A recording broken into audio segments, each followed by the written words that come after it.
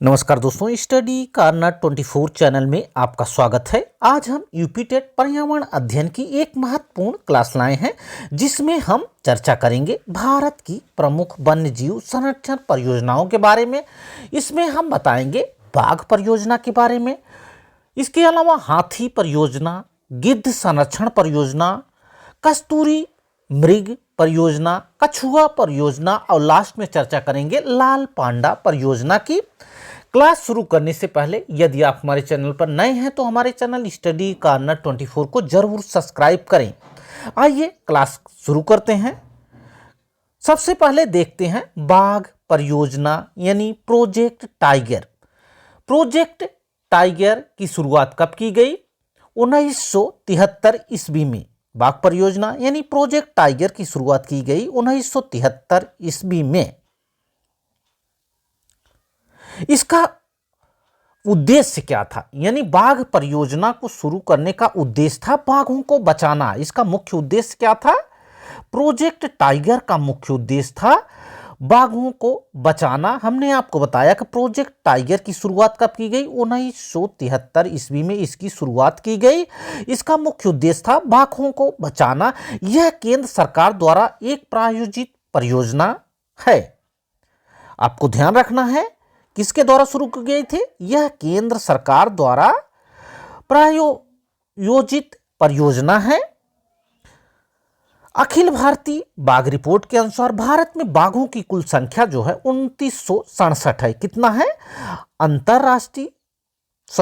अखिल भारतीय बाघ रिपोर्ट के अनुसार भारत में बाघों की कुल संख्या कितनी है? भारत में बाघों की कुल संख्या 2967 है। हालांकि यह पुराना डाटा है 2018 का। प्रेजेंट टाइम में बाघों की कुछ संख्या बढ़ी होगी। आपको ध्यान रखना है अखिल भारतीय बाघ रिपोर्ट के अनुसार भारत में बाघों की कुल संख्या 2967। कितना? 2967 है। बाघ परियोजना किसके द्वारा शुरू की गई? यह केंद्र सरकार द्वारा प्रायोजित परियोजना है। बाघ दिवस को अंतर्राष्ट्रीय दिवस के रूप में मनाते हैं। कब मनाते हैं? 29 जुलाई को। कब मनाते हैं? अंतर्राष्ट्रीय बाघ दिवस कब मनाया जाता है? अंतर्राष्ट्रीय बाघ दिवस मनाया जाता है 29 जुलाई को। कब मनाया जाता है? 29 जुलाई को अंतर्राष्ट्रीय बाघ दिवस के रूप में मनाया जाता है। हमने आपको बताया प्रोजेक्ट टाइगर यानी बाघ परियोजना की शुरुआत 1973 ईस्वी में की गई।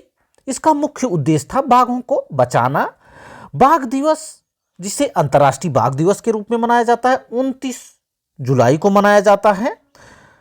इसके अलावा यह केंद्र सरकार द्वारा प्रायोजित परियोजना है। अखिल भारतीय बाघ रिपोर्ट के अनुसार भारत में बाघों की कुल संख्या 2967 है। इतनी सारी बातें आपको प्रोजेक्ट टाइगर में याद रखनी है। अब हम आगे बढ़ते हैं, देखते हैं हाथी परियोजना। हाथी परियोजना यानी प्रोजेक्ट एलिफेंट। प्रोजेक्ट एलिफेंट को देखते हैं। प्रोजेक्ट गजतमे हाथी यानी इसी को हाथी परियोजना भी कहते हैं। प्रोजेक्ट गजतमे के नाम से भी जाना जाता है। प्रोजेक्ट गजतमे के नाम से भी इसे जाना जाता है। इसकी शुरुआत 1992 में की गई। हाथियों की संख्या में भारी गिरावट आने पर केंद्र सरकार ने 7 दिसंबर 1992 कब? 7 दिसंबर 1992 को झारखंड के सिंहभूम जिले में इस परियोजना की शुरुआत की। बहुत ही महत्वपूर्ण प्रश्न है। हाथी परियोजना की शुरुआत कब की गई? हाथी परियोजना की शुरुआत 7 दिसंबर 1992 में की गई। क्यों की गई? क्योंकि हाथियों की संख्या में भारी गिरावट आ रही थी, तो केंद्र सरकार ने 7 दिसंबर 1992 को झारखंड के सिंहभूम जिले में इस परियोजना की शुरुआत की। इसको भी आपको ध्यान रखना है। कहां से इसकी शुरुआत की गई? झारखंड के सिंहभूम जिले से इसकी शुरुआत की गई। हाथी परियोजना, जिसे प्रोजेक्ट गजतमे भी कहते हैं, इसकी शुरुआत 1992 ईस्वी में की गई। 7 दिसंबर 1992 में हाथियों की संख्या में भारी गिरावट आने पर केंद्र सरकार ने इसकी शुरुआत की। कहां से की? झारखंड के सिंहभूम जिले से इस परियोजना की शुरुआत हुई। हाथी दांत की कीमत अधिक होने के कारण अवैधानिक रूप से हाथियों का शिकार होता था, इसलिए इनकी संख्या में भारी गिरावट आ रही थी। इसको देखते हुए केंद्र सरकार ने 7 दिसंबर 1992 को प्रोजेक्ट गजतमे यानी हाथी परियोजना की शुरुआत की। कहां से की? झारखंड के सिंहभूमि जिले से इसकी शुरुआत की। इतनी सारी बातें आपको प्रोजेक्ट एलिफेंट यानी हाथी परियोजना में याद रखना है। अब हम आगे बढ़ते हैं और देखते हैं गिद्ध संरक्षण परियोजना। किसको देखते हैं? वल्चर कंजर्वेशन प्लान, गिद्ध संरक्षण परियोजना। गिद्ध संरक्षण के लिए हरियाणा वन विभाग तथा बॉम्बे नेचुरल हिस्ट्री सोसाइटी के बीच एक सहमत पत्र पर 2006 में हस्ताक्षर हुए। गिद्ध संरक्षण परियोजना की शुरुआत कब की गई? गिद्ध संरक्षण परियोजना की शुरुआत की गई 2006 में। किसके द्वारा? हरियाणा वन विभाग तथा बॉम्बे नेचुरल हिस्ट्री सोसाइटी के बीच एक सहमत पत्र पर वर्ष 2006 में हस्ताक्षर हुए, यानी 2006 में इसकी शुरुआत हुई। इसमें गिद्धों की मृत्यु का कारण पशुओं को दी जाने वाली डाइक्लोफिनेक दवा को बताया गया। बहुत ही महत्वपूर्ण प्रश्न है यह। गिद्धों की मृत्यु क्यों हो रही थी? गिद्धों की मृत्यु इसलिए हो रही थी क्योंकि जो दर्द निवारक दवा डाइक्लोफिन है उसके प्रयोग से। गिद्ध संरक्षण के लिए हरियाणा वन विभाग तथा बॉम्बे नेचुरल हिस्ट्री सोसाइटी के बीच एक सहमत पत्र वर्ष 2006 में हस्ताक्षर हुए। यही गिद्ध संरक्षण योजना यानी वल्चर कंजर्वेशन प्लान के नाम से जाना जाता है। इसमें गिद्धों की मृत्यु का कारण पशुओं को दी जाने वाली डाइक्लोफिनेक दवा को बताया गया। अब हम आगे बढ़ते हैं और बात कर लेते हैं कस्तूरी मृग यानी मस्क डियर प्रोजेक्ट की। कस्तूरी मृग परियोजना यह भी बहुत ही महत्वपूर्ण है। International union for conservation nature के सहयोग से उत्तराखंड के केदारनाथ अभ्यारण्य में 1970 के दशक में यह परियोजना शुरू की गई। कस्तूरी मृग परियोजना यानी मस्क डियर प्रोजेक्ट की शुरुआत कब हुई? इसकी शुरुआत 1970 ईस्वी में हुई। कब हुई? 1970 ईस्वी में इसकी शुरुआत हुई। International union for conservation of nature के सहयोग से उत्तराखंड के केदारनाथ अभ्यारण्य में 1970 के दशक में यह परियोजना शुरू की गई। कस्तूरी मृग के लिए उत्तराखंड का केदारनाथ अभ्यारण्य जाना जाता है, इसको भी आपको याद रखना है। कस्तूरी मृग के लिए उत्तराखंड का केदारनाथ अभ्यारण्य जाना जाता है। कस्तूरी मृग परियोजना की शुरुआत यानी मस्क डियर प्रोजेक्ट की शुरुआत कब हुई?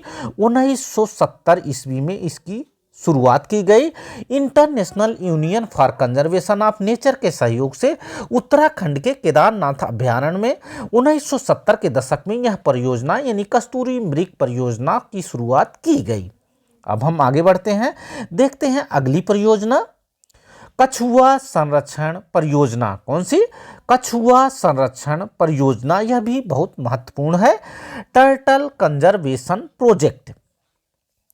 ओलिव रिडले उड़ीसा के समुद्री तट पर पाए जाते हैं। अब आप जान लीजिए कि ओलिव रिडले क्या है? ओलिव रिडले कछुए की एक प्रजाति है। किसकी प्रजाति है? कछुए यानी टर्टल की एक प्रजाति है जिसका नाम है ओलिव रिडले। क्या नाम है? ओलिव रिडले इसका नाम है। कीमती दवाओं में प्रयोग होने के कारण इनकी संख्या में यानी टर्टल की संख्या में भारी गिरावट आई, जिसे देखते हुए उड़ीसा सरकार ने वर्ष 1987 में कटक जिले में भितरकनिका अभ्यारण्य में इनके संरक्षण के लिए योजना प्रारंभ की। यानी कछुआ संरक्षण परियोजना की शुरुआत कब की गई? 1987 में इसकी शुरुआत की गई। कहां से की गई? उड़ीसा के कटक जिले में भितरकनिका अभ्यारण्य। कौन सा अभ्यारण्य? भितरकनिका अभ्यारण्य में इसकी शुरुआत की गई। जैसा कि हमने बताया कि ओलिव रिडले कछुए की एक प्रजाति है। यह उड़ीसा के समुद्री तट पे पाए जाते हैं। कीमती दवाओं में प्रयोग के कारण इनकी संख्या में भारी गिरावट आई, जिसे देखते हुए उड़ीसा सरकार ने वर्ष 1987 में कटक जिले में स्थित भितरकनिका अभयारण्य में इनके संरक्षण के लिए योजना प्रारंभ की। वही योजना कछुआ संरक्षण परियोजना के नाम से जानी जाती है, यानी टर्टल कंजर्वेशन प्रोजेक्ट के नाम से जानी जाती है। इसमें कई प्रकार के प्रश्न बन सकते हैं, जैसे ओलिव रिडले क्या है। ओलिव रिडले कछुए की एक प्रजाति है। यह कहाँ पे पाई जाती है? यह उड़ीसा में पाई जाती है। इसके लिए कौन सा अभयारण्य जाना जाता है? भितरकनिका अभयारण्य जाना जाता है। यह अभयारण्य कहाँ पे है? कटक जिले में है। कीमती दवाओं में प्रयोग के कारण इनकी संख्या में भारी गिरावट आई, जिसे देखते हुए उड़ीसा सरकार ने वर्ष 1987 में कटक जिले में भितरकनिका अभयारण्य में इसके संरक्षण के लिए योजना की शुरुआत की। अब हम आगे बढ़ते हैं, बात कर लेते हैं नेक्स्ट परियोजना की, जो कि है लाल पांडा परियोजना। कौन सी परियोजना है? लाल पांडा परियोजना की बात हम कर लेते हैं। Red panda project.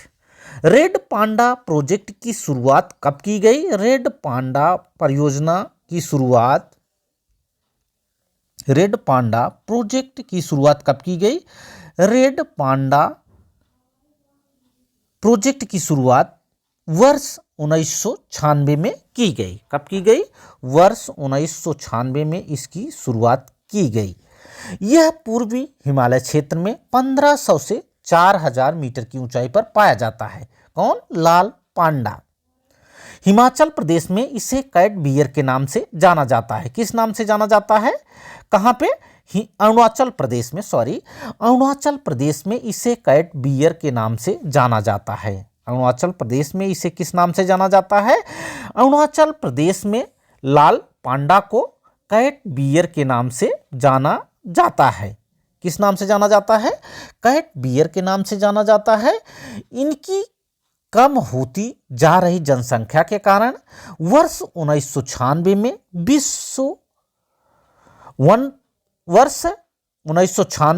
विश्व प्रकृति विधि के सहयोग से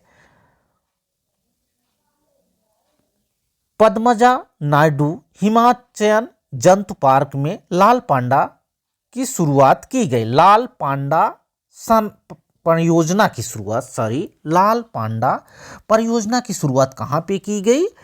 इसकी शुरुआत विश्व प्रकृति विधि के सहयोग से पद्मजा नायडू हिमाचल जंतु पार्क में इसकी शुरुआत की गई। कहाँ पे? हमने आपको बताया रेड पांडा यानी लाल पांडा प्रोजेक्ट की शुरुआत वर्ष 1996 में की गई। लाल पांडा परियोजना की शुरुआत कब की गई? 1996 ईस्वी में इसकी शुरुआत की गई। यह पूर्वी हिमालय क्षेत्र में 1500 से 4000 मीटर की ऊंचाई पर पाया जाता है। अरुणाचल प्रदेश में इसे कैट बियर के नाम से जाना जाता है। जब भी प्रश्न पूछा जाएगा कि कैट बियर नाम से अरुणाचल प्रदेश में किसे जाना जाता है, तो कैट बियर के नाम से अरुणाचल प्रदेश में रेड पांडा को जाना जाता है। इनकी कम होती जा रही जनसंख्या के कारण वर्ष 1996 में विश्व प्रकृति विधि के सहयोग से पद्मजा नायडू हिमाचल जंतु पार्क के लाल पांडा की परियोजना की शुरुआत की गई वर्ष 1996 में। आशा है कि आज के वीडियो में जो बातें हमने आपको बताई आपको समझ में आई होंगी। वीडियो अच्छा लगा हो तो वीडियो को लाइक करें, शेयर करें तथा हमारे चैनल स्टडी कॉर्नर 24 को जरूर सब्सक्राइब करें। Thanks for watching this video. Thank you.